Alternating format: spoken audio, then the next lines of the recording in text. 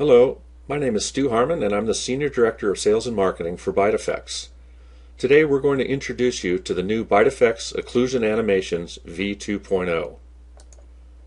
As you can see here, the BiteFX screen has changed dramatically.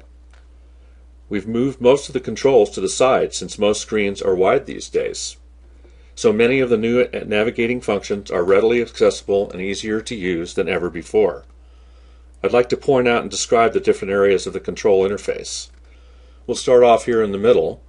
These are the buttons that you are most likely to be using the most and include our animation, picture, and album panel menu buttons. Animation play is controlled by these buttons here at the bottom. And up at the top here, we have a new report writing capability which allows us to create, edit, and produce session reports.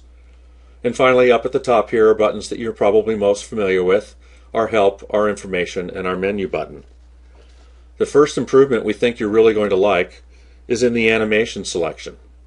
Here I'm clicking on the animation panel on off button, and this brings up our animation menu.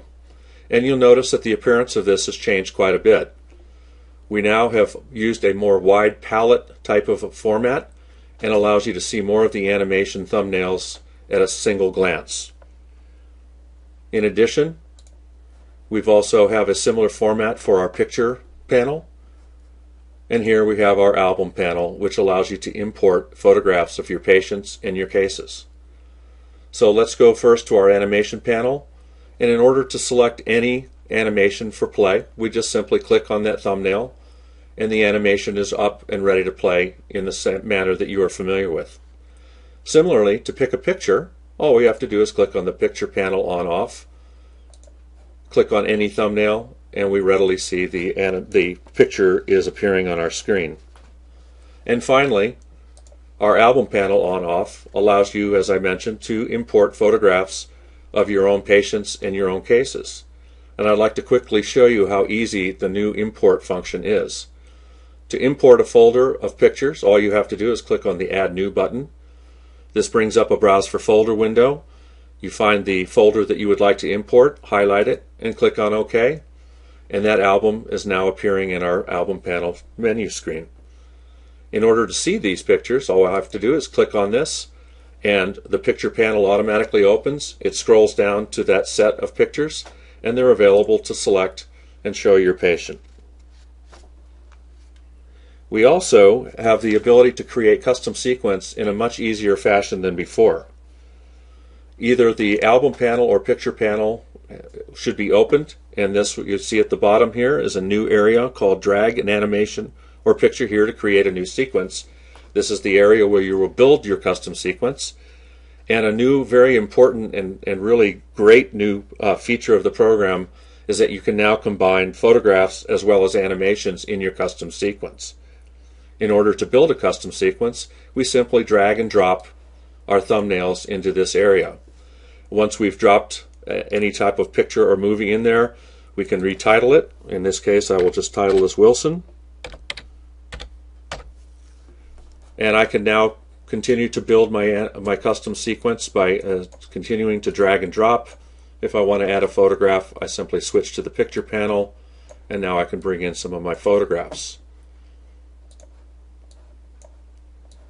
Because you may be importing some photographs of patients with their name and with their photograph, because of HIPAA concerns, you may want to be able to hide these images, and we've built this into the program. You'll notice here we have some photographs. I'm going to drop in one of the personal photographs that we imported. And I'm now going to click on this button right here, which is the Hide Unhide Images button. And when I click on that, you'll notice that what has happened is we now have hidden picture instead of the image showing in there. And if I were to try and select that, similarly, that image will not show. In order to unhide the image, I simply click on that button once again, and those images are available to see. Each time you play an animation or picture, the program will automatically create an archive in the event log, which is shown here. In the event log, it provides the date and time that that movie or that picture was shown. what type of image it was, whether it was a photograph or an animation, the title of that event. And on the far right hand side here, you have the ability to do some editing here by excluding some of these events from when you produce your session report.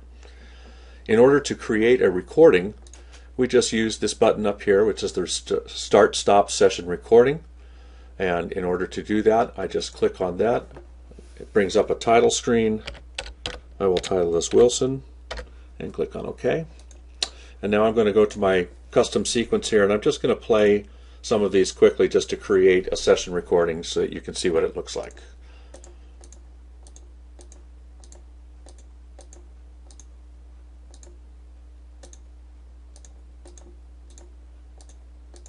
I think you get the idea there. I now click on the Stop Recording button, and now when I open up my event log, you'll notice that there is a new series here. It looks just like the rest of the events in the log here, however these are highlighted in orange. It has a start marker with the title that I put in, Wilson, and at the end when I click the Stop Recording button, it put an end marker here. I now have the ability to edit and produce this report.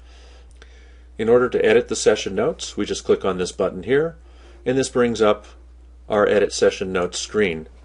At the top, we have a blank introduction box which allows you to put what the patient was complaining about, what their concerns, issues, and goals are. Here you see a pre-programmed photograph as well as one of the animations. In these boxes we have pre-programmed notes which you can use as is, or you do have the option of editing those notes. And then if we scroll all the way to the bottom, we also have a blank box here which allows you to put your diagnostic findings and treatment recommendations for that patient. Once you've made your session note edits, you're now ready to preview and produce the session report. We do that by clicking on this box here, and we see a screen here which allows us to bring up a preview screen. I'm going to bring this down so you can see it, and here you see at the top is the session title, the date that the consultation was done, and you're starting to see some of the notes and snapshots that are shown on the side here. And to preview each of those pages, you can just click on the Next Page button here. Once you're satisfied with the session report and it's ready for distribution, you have several options. One is you can print this by clicking on the printer icon here, or you can close the preview screen. Here you can save it to your file. Once you've saved it to your computer, you can archive it on your computer, or you can burn a CD-ROM with it. If you have Outlook or Outlook Express, you can enter an email address either for your office or for your patient and click on Send Email, and the report is attached as a PDF file. And so these give you multiple variations on how you can distribute that report. To close this, we just click on the Close box. To close our Edit Session Reports, I'm just clicking on that. And here we are back to our main screen. I would like to also point out that one of the other nice enhancements of the program is that we have changed the appearance of the animations. Now you will find that the animations are in much higher definition or high resolution than the previous version. So on the left here you can see the V1.2 animation. You can see that the lines here are a little bit fuzzy, and here over here on the right hand side is our high definition view. You can see that these are much sharper. The animations are much more striking. I'd also like to point out that we have a new update feature. With your BiteFX subscription, you are going to be privileged with frequent animation updates throughout the year. Whenever you have an update that is available, you will notice that there is a red dot that is located adjacent to your menu button. And in order to go to your update screen, you simply click inside the red dot, and this brings up your update box. Unless you have made changes to any of the default settings, any available updates will automatically be downloaded onto your computer and they are ready for installation. In order to install the updates, all you do is click on Install Updates or close your program, and the new animations will automatically be added to your menu.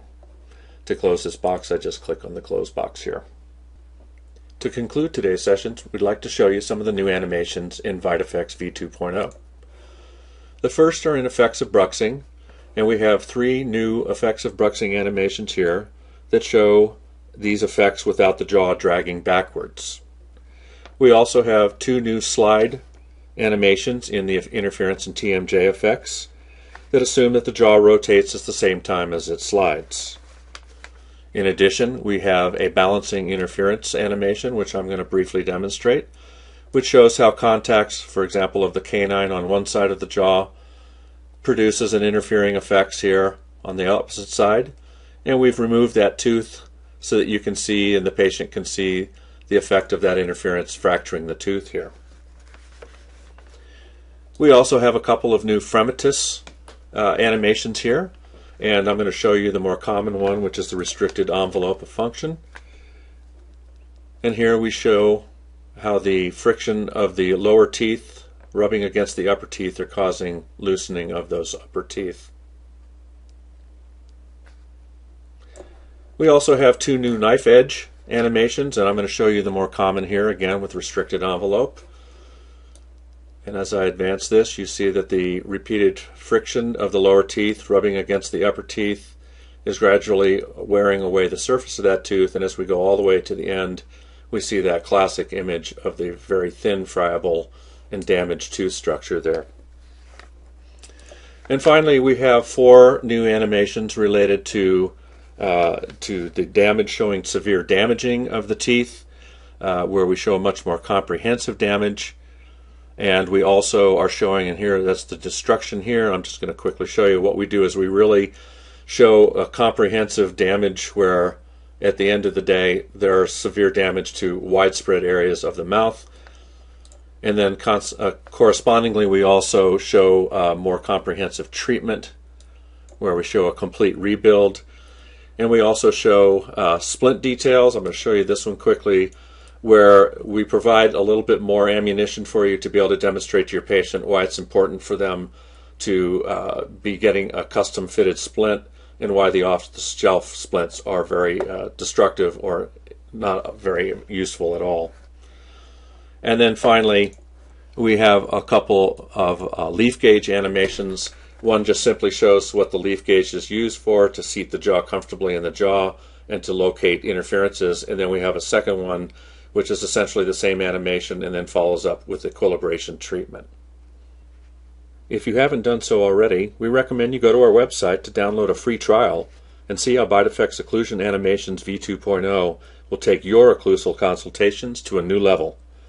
Please be sure to download V2.0 to a computer that has not had a previous version of BiteFX software installed. If you have any questions or need any assistance, please call us Monday through Friday between 8 a.m. and 5 p.m. Pacific Time. Thank you, and good luck with your BiteFX software.